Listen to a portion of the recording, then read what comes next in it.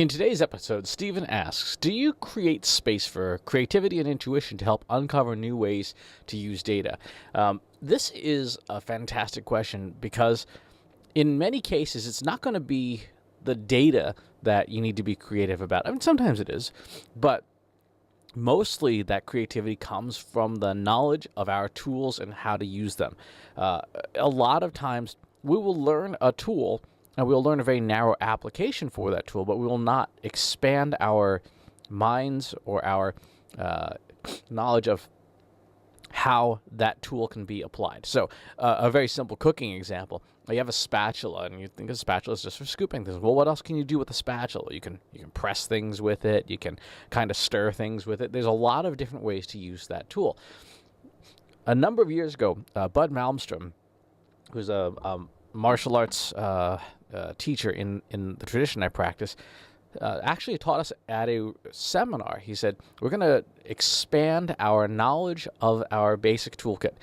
And instead of learning more static techniques, like do this technique, he said, what you're going to do is going to limit what you can do to make yourself more creative. So he said, so you're only allowed to use your right hand, and you're only allowed to have it out in front of you. You can't do anything else. No blocks, no punches, no kicking, no fancy footwork, just this position with your right hand.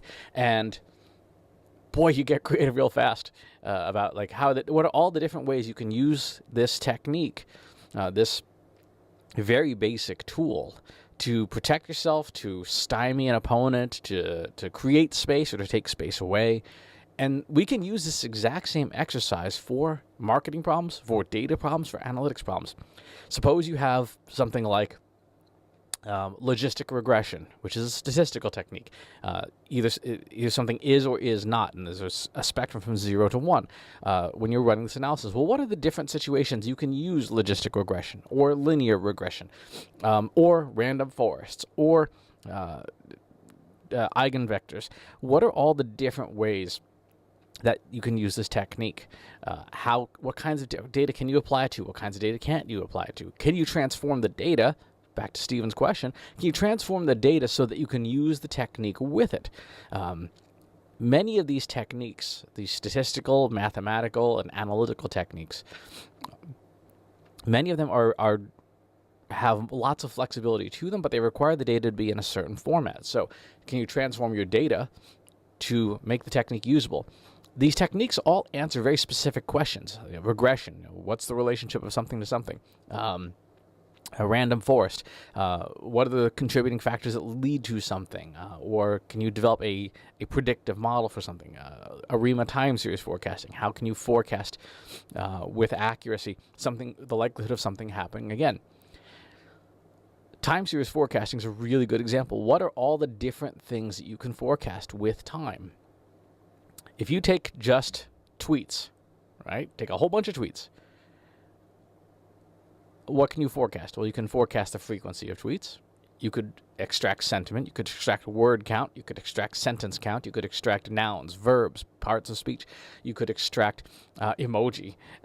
But by thinking about the tool and all the different ways you can use the tool, it will unlock that creativity and that intuition, or train that intuition for using data in new ways, using your tools. So I would recommend that you do that with every tool that you have access to. There is a tremendous amount of flexibility and power, even in something as simple as spreadsheet software. Look at all those menus in Excel. What do they all do? What are the techniques that each promises? That's important. Look at Google Analytics. What are the different ways that you can use analytics tracking? Did you know that you can load data into Google Analytics?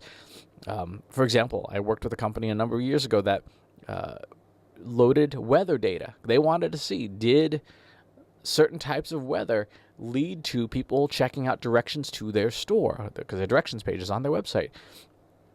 So by learning these techniques, learning these tools. Now, before you can be creative and vary the tool, you have to learn how to use the tool properly. And that's where, again, in the martial arts, in the Japanese martial arts, there's a structure called shuhari, which means learn the basic, master the basic, vary the basic, learn all the variations which you can use that, and then eventually get rid of being stuck in just those use cases. Find new use cases, be flexible with your tools. The same is true in marketing. Learn your tools really well. Take all the trainings and courses and tutorials that you can. Learn the variations. What are the different situations I can apply the different parts of this tool to?